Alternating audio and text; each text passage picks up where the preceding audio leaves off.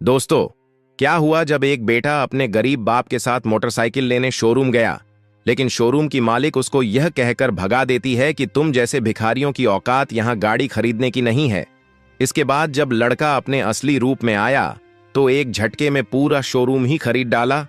उसके बाद कुछ ऐसा हुआ जिसकी किसी ने कल्पना भी नहीं की थी।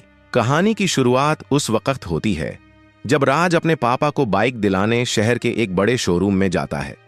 सालों की मजदूरी, एक एक रुपये की बचत और एक उम्मीद, सब जोड़कर आज वो शहर के सबसे बड़े बाइक शोरूम के सामने खड़े थे। बेटा, देखना, वही मॉडल है ना जो तू बताता था? पापा ने कांपते हाथों से शोरूम की खिड़की पर लगे पोस्टर की ओर इशारा किया। राज ने मुस्कुराकर सिर हिलाया। हां पापा, यही है, आज इसको लेंगे। अंदर दाखिल होते ही काउंटर के पास खड़ी एक लड़की, स्लिम, हाई हील्स में, परफेक्ट मेकअप और लाल लिपस्टिक में उनके पास आई। ये थी काव्या, शोरूम की सेल्स गर्ल और मालिक की इकलौती बेटी। उसने राज को ऊपर से नीचे तक देखा। राज की पुरानी जीन्स, फटी जेब, धूल लगे जूते, पापा की चप्पल, और उसके होठों पर एक अजीब सी हंसी आ गई। हां भाई साहब, क्या चाहिए आपको? उसने ऐसे लहजे में पूछा जैसे कोई भीख मांगने आ गया हो। राज ने जेब से एक कागज निकाला जिस पर बाइक का मॉडल लिखा था। मैडम, हमें ये बाइक देखनी थी। डाउन पेमेंट के पैसे साथ में हैं, बाकी ईएमआई करवा लेंगे। काव्या ने कागज लिया, पढ़ा और फिर जोर से हंसी। तेरी औकात है इस बाइक की? ये बाइक 1,20,000 की है। अपनी हालत देख, ये शोरूम है, चैरिटी सेंटर नहीं। कुछ स्टाफ लड़के भी सुन रहे थे, हंसी दबा रहे थे। एक बोला, दीदी, लगता है गलती से म्युनिसिपल की झोपड़पट्टी से यहां चले आए। राज की मुट्ठी बंध गई, लेकिन चेहरा शांत रहा। पापा कुछ बोलते उससे पहले काव्या के पिता, शोरूम के मालिक, वहां आ गए। क्या हुआ काव्या? पापा, ये लोग बाइक खरीदने आए हैं, उसने व्यंग्य से कहा। शोरूम मालिक ने पापा की ओर देखा, एक पल रुके, फिर बोला, भाई साहब, आप जैसे गरीबों को सपना नहीं देखना चाहिए। देखिए, हमारे यहां हाई प्रोफाइल कस्टमर आते हैं। आप जैसे लोग हमारा टाइम वेस्ट ना करें। चलिए, बाहर का रास्ता वहीं है। राज अब भी चुप था। पापा ने शर्म से नीचे देखा। बेटा, चल, हमें जरूरत नहीं। लेकिन तभी राज की आंखें उठीं, सीधी काव्या की आंखों में। मैडम, आज आपने मेरे कपड़े देखे हैं, कल मेरी औकात देखोगी। वक्त बदलता है। क्या हम गरीब इंसान नहीं हैं क्या? हमारे अंदर दिल नहीं है? आपको अपने पैसों पर इतना घमंड नहीं करना चाहिए। ऊपर वाला सब देख रहा है, उसके घर देर है अंधेर नहीं। वो जिसके चाहे एक झटके में अमीर बना दे और जिसको चाहे झटके में फकीर बना दे। शोरूम में सब शांत हो गए। राज ने पापा का हाथ पकड़ा और बाहर निकल गया, बिना पलटे। बाहर धूप थी, सड़क तप रही थी, लेकिन राज का खून उससे भी ज्यादा उबल रहा था।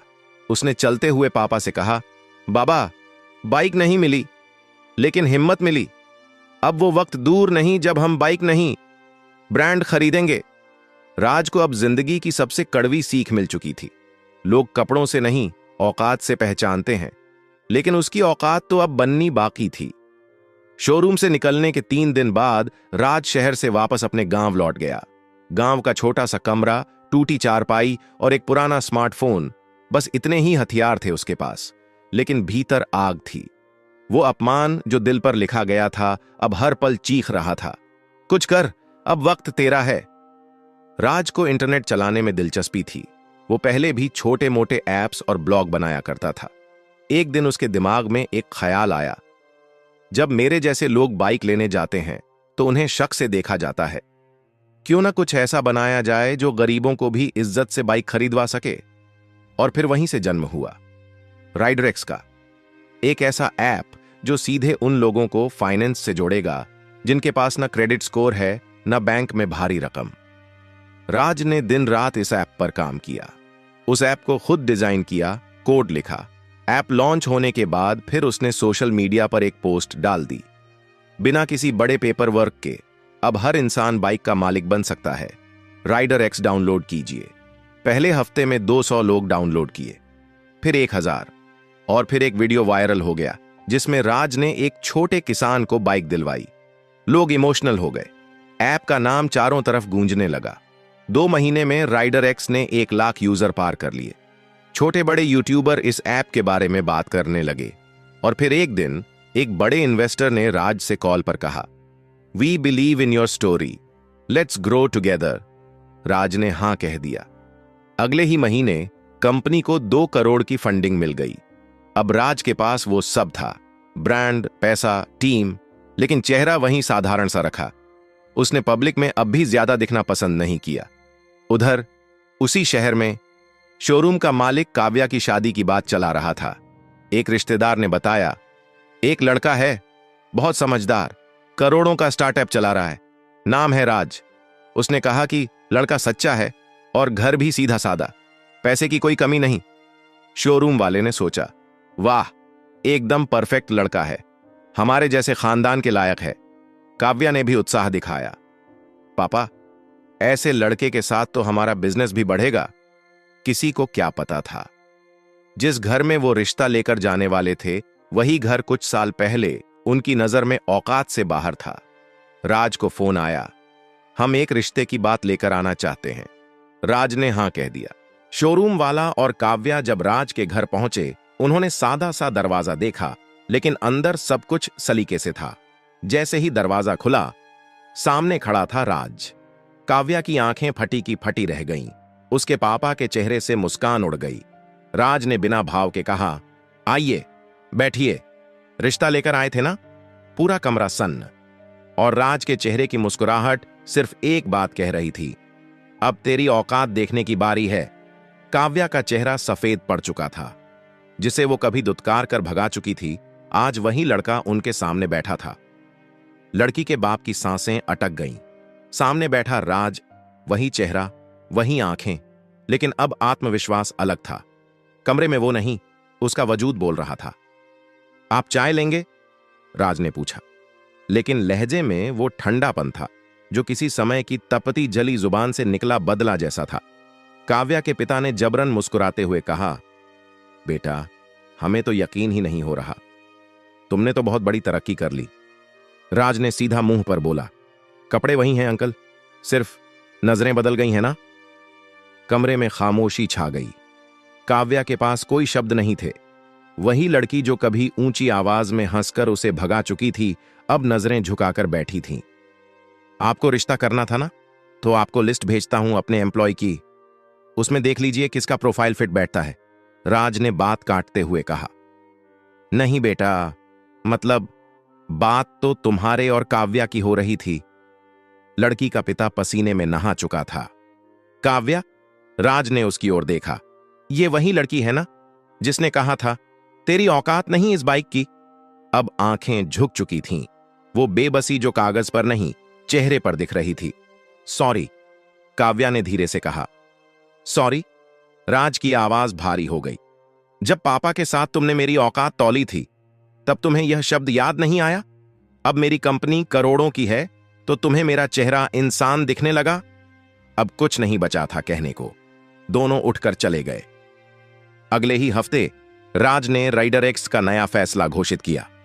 शहर में पहला राइडर एक्स प्रीमियम शोरूम खुलेगा, और लोकेशन ठीक उस शोरूम के सामने जहां कभी उसे धक्के दिए गए थे। काव्या का बाप गुस्से में तिलमिला उठा, यह हमारा अपमान है।